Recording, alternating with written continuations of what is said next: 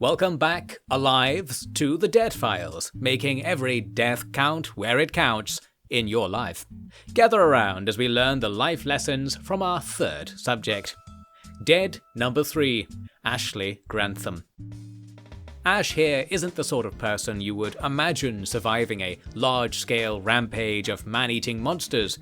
He's weak, he's skinny, he's short-sighted, he's asthmatic, he's, let's face it, drunk already, and perhaps his most crippling handicap, he is afraid of going outside. Agoraphobia. Not much to be done about that. Yes, a weakness some would say, but nay, not for a dead. You see, the clever among you have likely already put 2 and 2 together from the dead files we have previously delivered, and realized that Ash was actually something of a perfect package.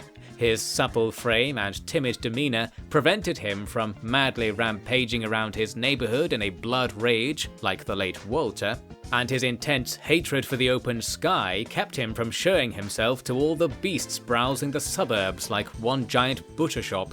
Yes, Ash did the right thing. He sat among his piles of empty wine bottles and mostly empty bags of old tortilla chips, and he watched television. It was that easy. Stare mindlessly at the pretty colours flickering across some glass, and any passing zombie will be certain you are one of them already. I jest, of course. Television is a fine hobby at the best of times, elevated to the truly supreme when going outside is just about a guaranteed way to become some lopsided layabout's late lunch. Now, with this particular dead, we wish to highlight the important topic of mental health. You'll miss it once it's gone, I assure you. And there are certain things you need to remember about these so-called outbreaks. If you're alive, you're probably one of the only ones. That means you need to immediately forget about your friends, family, neighbours, and fellow citizens. And by forget, I quite often mean kill. It's you or them, or you and them in the longer view. Ash, I think, had all this on board from the beginning. He knew that his usual reliance on others was suddenly over on that eerily fragrant summer morning. How did this affect his mental health? Extremely negatively. I would judge from our data that Ash was beyond the threshold for referral to a psychologist within about 15 minutes of waking up and seeing the situation. I say this not to mock him, for our other deads were, on balance, much worse in this department. And so shall you be. Or might be. Are we still saying might? Are we pretending? Okay. When it comes to mental health, Ash was an exemplar, all things considered. He knew what he needed to survive. He needed his mind. Yes, many of you will think of hoarding food, bullets, medical items, and forget the one thing you need to stay alive. A distraction. A distraction from the encroachment of the erstwhile Imperium of Doom upon not only your life, but the very legacy of your ancestors and future of your species. How does one get around that? Have you tried reading Lord of the Rings? That'll fill up some time. And this was precisely what Ash set out to do. All this is so worthy of mention and preposterous prefacing because to do this he had to run across the street to borrow back many books in his collection from the neighbours. The man who feared everything outside of doors at the best of times knew that passing through that door was the only option now. His future, his household's future, his civilization's future was up to him. And I speak with no exaggeration there, or here now, when I say Ash was practically fearless in the face of this unspeakable danger. He had, after all, fashioned a magical helmet made of newspaper that protected him from evil. I did mention he went insane straight away, didn't I? But he comes across as very brave all the same. Fortunately, his neighbours weren't at home, so he was free to take all their magazines, books, video cassettes, anything he wanted. As for why he was so lucky to have free range in his corner of town, there is a special reason I shall reveal momentarily. You'll like this. For the time being though, Ash sat at home and looked through all the books he'd collected. He had many works that directly seemed to address the scenario at hand. Survival guides, outdoorsmen's diaries, even cookbooks could all contain life-saving information. However, the genius of this dead was that he hoarded equally the other books of the world, the pulp, the cliché, the mindless merry musings of authors even more intoxicated than he was. And this is the lesson I must deliver to you. Do not ignore such petty works, because any text that describes any world other than the one you live in will be as precious as water to the deep-fried crumbs of sanity that loss of all hope and meaning leaves behind. Chin up, did you ever read the James Bond books? Now, and I say this with no sense of irony, is the perfect time to give You Only Live Twice a flick through. So good old Ash sat with his magical hat and enjoyed a calm evening at home, much the same as any other. He did notice that the TV was only showing reruns, and any snippets of live broadcasts were of empty newsrooms, vacant sofas, and dark spaces in which faint lights were made to shudder by unseen forces. Boring. Change the channel, I say. Nothing to see there. Ignore any such uninteresting broadcasts you might find on television or radio, with the kind exception, I must ask, of any broadcasts of the Dead Files. Even now, we rather insufferably still have ratings to worry about. As soon as those sponsors answer their phones, we'll be in the money with these numbers. Yes, been a while since anyone we called answered their phone. Moving on, the next day there was a strange series of noises from the house next door. Ash peeked behind his curtain and saw something rather messy had taken place on the neighbour's lawn. Here, Ash finally started to earn his place here in the Dead Files by making some mistakes. Firstly, he really wanted to see what the zombies looked like. He was a little miffed that he hadn't seen any so far. He was into zombies, fictionally speaking, and this new development was worthy of close investigation. So, armed with a pipe wrench he was hardly strong enough to swing, Ash donned his helm of black and white print and went to peer around the fence. There he saw it, an item we at the Dead Files have already seen much blood spilled over. A microwave, with a single rotten hand still gripping one corner and a dulled meat cleaver lying on the ground beside it. This was the resting place of Ash's guardian angel, dead number 2, Wayne Michaud. How about that? And now we know why Ash had such an easy time. All the zombies in the area had already walked up the street to Wayne's place, only 5 or 6 doors down, and had been destroyed in the very mad rampage we criticised. Good for little Ash it was, though he would never know the story of his saviour. In fact, he had only one takeaway from the scene: the microwave. Yes, that cursed machine soon rested on Ash's kitchen counter, freshly cleaned, ready to serve a new master. Would it betray this master like its prior owners? Keep this question close in your mind, for in these dark times anything can be a threat. Not that such dark times affect anyone outside of the very contained containment zones, I must add. So, Ash was having a grand old time at home, lazing around in the dark, staying alive, experiencing constant post-traumatic delirium such that he hardly believed anything happening was real. That's about as good as it gets, so enjoy it if you can. The only thing is that we're trying to learn lessons on how to survive, and that means you need to get your head in the game. So, if you find yourself becoming euphorically nihilistic in the face of comically overwrought oblivion, you need to come down to earth and realise that you might actually survive if you really put your back into it. Again, this is a lesson we learn from our dead here. There came a dark night of mist and rain, in which Ash decided to step outside again. He quickly scurried over to the woods behind his house and faded into the night. This was part of Ash's normal routine, being that it was a designated method of treatment for his agoraphobia. Now it did even more. It grounded him, connected him to the world, exposed him further to the secret aerosol, some conspiracy theorists would say. No, it was just good old fresh air. It reminded Ash that for all he had lost, he still had so much more than almost everyone else. It was as if the very voice of the night was whispering to him that it would be selfish, unjust for him to give up this gift now, wouldn't it? He must try to survive, to hold on to the hope he would wish to give to others. Go and live free, prosper, the voice said. Perhaps the infection actually makes those it does not devour into something stronger, it speculated. Like in your comic books and such. Go on, be a good boy and let go of what's already lost, so that you might seize all that is now yours, and only yours to gain. What an inspirational speech the voice of the night gave. One could almost accuse some shadowy organization of placing speakers in spots that might help them communicate with mentally unsound survivors to do their nefarious bidding. The conspiracy theorists do have their fun, don't they?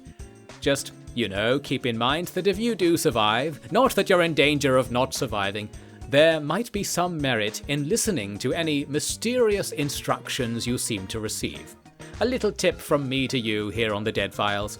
I do like to help you out, Here's how Ash rose to the call of the night. He tied a large rock to a length of wood and used it to smash the neighbors' fences to pieces. Is that helping? Yes. You see, Ash was thinking logically here, and surely not madly releasing his frustration on helpless wood. That was merely a side benefit. He was collecting pieces of wood because wood is fuel, wood is protection, wood is good. When danger looms, the foremost question should be, got wood?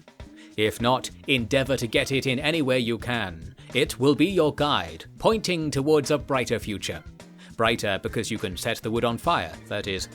Ash used the bad weather to collect smashed up bits of fence and branches from the woods, making a little collection in his kitchen.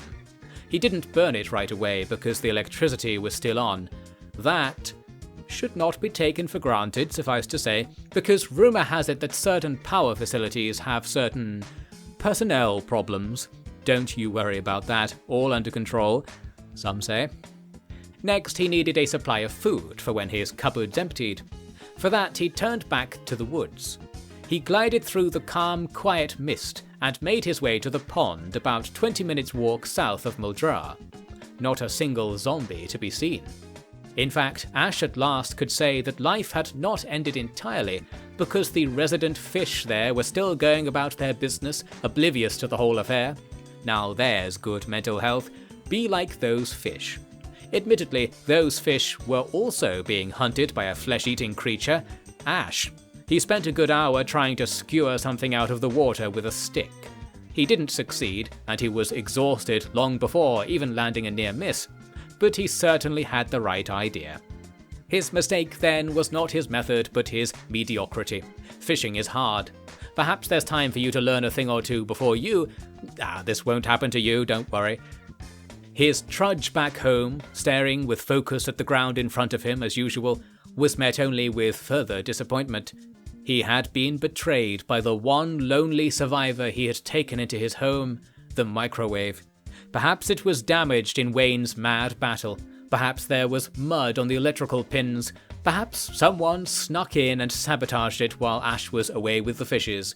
Now it was melting on his kitchen worktop, the heat of it bringing the wood to flame and evaporating wallpaper into a choking black haze. Ash urgently looked for something to douse the flames. Wine was closer at hand than water in his kitchen, but he'd been having a hard time, so cut the lad some slack. Of course, we all know the correct way to deal with an electrical fire. Hit the offending item with a pipe wrench. It worked in video games, and so did it work here, as the blow he landed ripped the cabling out of the wall and cut the fuel for the fire. Then it was only the smouldering cupboard to douse with water pailed from the sink with a University of Pennsylvania mug. Some other brands of mug may work also, and the emergency was over. Well, not the emergency, but you know what I mean. What's the lesson from this near-dead experience? Don't use electrical items that come covered in human viscera, or if you do, try to keep the receipt. Ash's luck did not improve that afternoon, as after a brief nap to recover from his jaunt in the woods, he heard a strange, hopeful sound. It was the embiggening chopping of an enclosening chopper. Ash let his fears fall aside as he dashed out into the street, waving his arms in the air and shouting out for rescue. Whoops. Ash made a wrong move. Dead wrong. Firstly, talking to aircraft is rather silly, isn't it? They are very loud, and you are very quiet. The only thing that will hear you shouting wildly is, you guessed it. And secondly, it is naive to believe that a helicopter passing overhead has anything to do with your rescue. You're not the main character. Ash forgot that entirely when the chopper came low overhead and shone a light on him. He was found. He was acknowledged. He was promptly left behind. Ash's main character syndrome kicked in, and he excitedly watched TV and lounged about inside, thinking he was sure to be saved long before his stores ran dry. In fact, this whole affair had turned into a nice few days off work, if one ignores the immense loss of one's entire family and indeed society at large, which Ash was doing admirably well. No, he had now earned his place here in the Dead Files with his noisy racket. The zombies arrived on his street, having shambled over in pursuit of both Ash's advertisements and by following the enrapturing sound of the chopper leaving town in this general direction. At about 2 in the morning, Ash jolted awake. Zombies were at his door. Only 2, for his care to cover his windows and generally lie low, had prompted most of the horde to pass by. Again, not that the zombies form hordes. It was very dark, so no one can really say here for certain. Ash grabbed that wrench and crept down the stairs just in time to see the door burst open. 2 assailants barreled in and immediately smelled, heard, and saw their prey in that order. Ash, convinced to do battle by the sleepy time wine he had so recently been suckling, slashed and jabbed and danced around his kitchen diner with unskilled lunges. The beasts lunged closer in tandem, and the brawl was a bloody, desperate affair. Just as he had stilled one, Ash felt teeth at his neck. Ash was bitten. Now he threw off the hungry monster and smashed its head to pieces while it was distracted by the joy of human fluids upon its disease-driven tongue. What happened from here, as you know, doesn't really matter anymore. This is the one mistake that trumps all others, and hence it bears repeating here. Don't get bit. Don't get hit. Don't let them see you. Don't let them smell you. Don't let them hear you. When it comes to zombies, remember the 1D. Don't. The less you have to do with them, the better. Unless the voices tell you to go for it, in which case you are blameless for whatever happens, and will perhaps avoid your fate to appear in the Dead Files one day.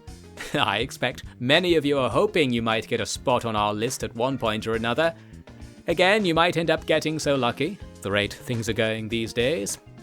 Anyway, Ash's time from here was spent quietly cleaning and tending to his painful wound, which he was very diligent about treating, as if it would help. I'll hold on a little longer, then I will be rescued, he thought. No, I want you all to remove the word rescue from your vocabulary the moment you realize it's time to put all our lessons here into practice. The moment the Great Cloud reaches your town. Hypothetical Great Cloud as ever. Ashley was taken by the fever, boiling in his own clothes, and spent his final day and night lying around in varying states of agony and undress, but for his trusty newspaper helmet. 1 minute he was curled up on the floor of his bedroom, the next minute a monster was uncurling and rising to its feet. Ash's tale reaches a rapid and oh so disappointing conclusion after 5 days and 3 hours of recorded activity. But he tried, he began to try, and he did achieve the first baby steps towards a new lifestyle that might actually outlast this terrible, terrible illness, if it can be outlasted. Some say the zombies can regenerate their whole bodies from the smallest piece and are unkillable. Sounds like sourpuss talk to me, but you'd best leave them all alone anyway. They're very, very sick people, you know. And so I shall leave you alone for now, for this Dead File is at its end.